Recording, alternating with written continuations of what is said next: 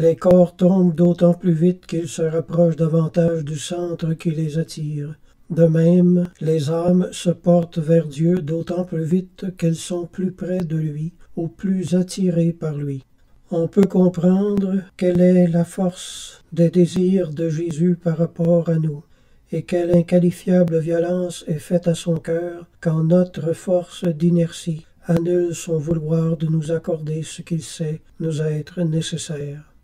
Rien ne résiste à la volonté divine quand elle est absolue, mais celle qu'il daigne à exprimer comme un désir n'est qu'une volonté relative à la liberté que lui-même nous a laissée.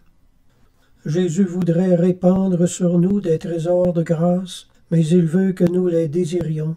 Jésus a les mains pleines et il ne sait où laisser tomber les trésors qu'elles contiennent, parce que nos âmes sont fermées et nos cœurs remplis d'affections étrangères ou d'attachement à nous-mêmes. Nous allons même quelquefois jusqu'à craindre de recevoir des grâces qui nous demanderaient plus de fidélité. Hélas, quand, loin de vous adresser d'ardentes supplications, nous ne sommes peut-être pas même des hommes de désir. Seigneur, apprenez-nous à demander. Ô Père, tirez-moi de moi-même et délivrez-moi malgré moi-même.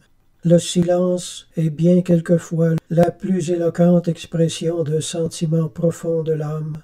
C'est un merveilleux langage, de même que les autres langages. Celui-ci ne s'apprend que par l'usage.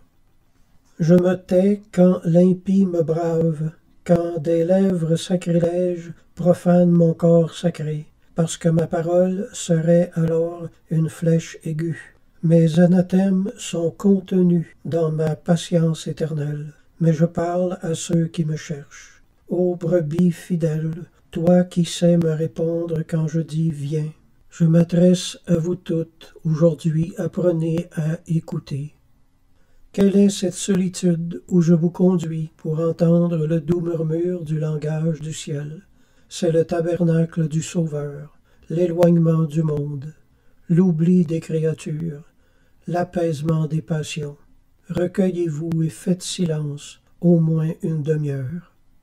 Moi, Dieu emploie le silence pour parler aux âmes silencieuses.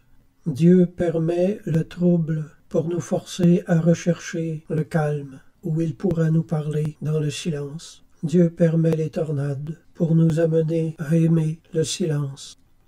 Jésus-Christ était la parole intérieure du Père. Vous ne faites plus entendre, Seigneur, la parole extérieure qui a retenti dans la Judée. Maintenant vous êtes rentrés dans le silence de la majesté divine.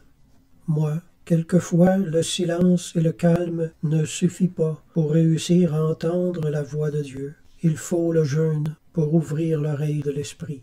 Car la nature du corps est de faire du bruit. Même lorsque le corps est assis dans le calme, il est encore bruyant par sa nature. Le jeûne le mortifie et crée le vrai calme de l'esprit. Jésus est un maître enseignant, c'est un maître commandant. Et enfin, il est maître en science. Est-il autoritaire, despote? Non, car ce maître, c'est l'amour même. Comme il est doux d'écouter ses leçons, de recevoir de son abondance, d'obéir à ses ordres. Les séraphiques mystères dont vous pouvez dès ce monde recevoir l'avant-goût. L'amour ne raisonne pas, il enseigne sans discours, puisque son enseignement est d'aimer. Si vous voulez entrer dans ces ineffables secrets, abîmez vos raisonnements dans la foi, et la charité vous obtiendra la lumière. L'intelligence, le plaisir qu'elle donne reste incomplet. Il en résulte qu'elle creuse la vie ou enfle le cœur, et un cœur vide ou un cœur enflé est un cœur malade qui ne saurait goûter la paix. L'infidélité consiste à se lasser.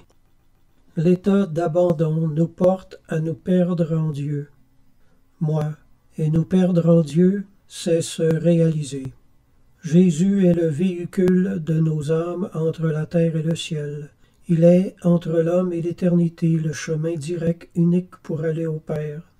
Là, dans cet océan où tu flottes, imprégné de lui, comme l'éponge tombée du rocher dans la mer. L'éponge est dans l'océan, et l'océan est en elle.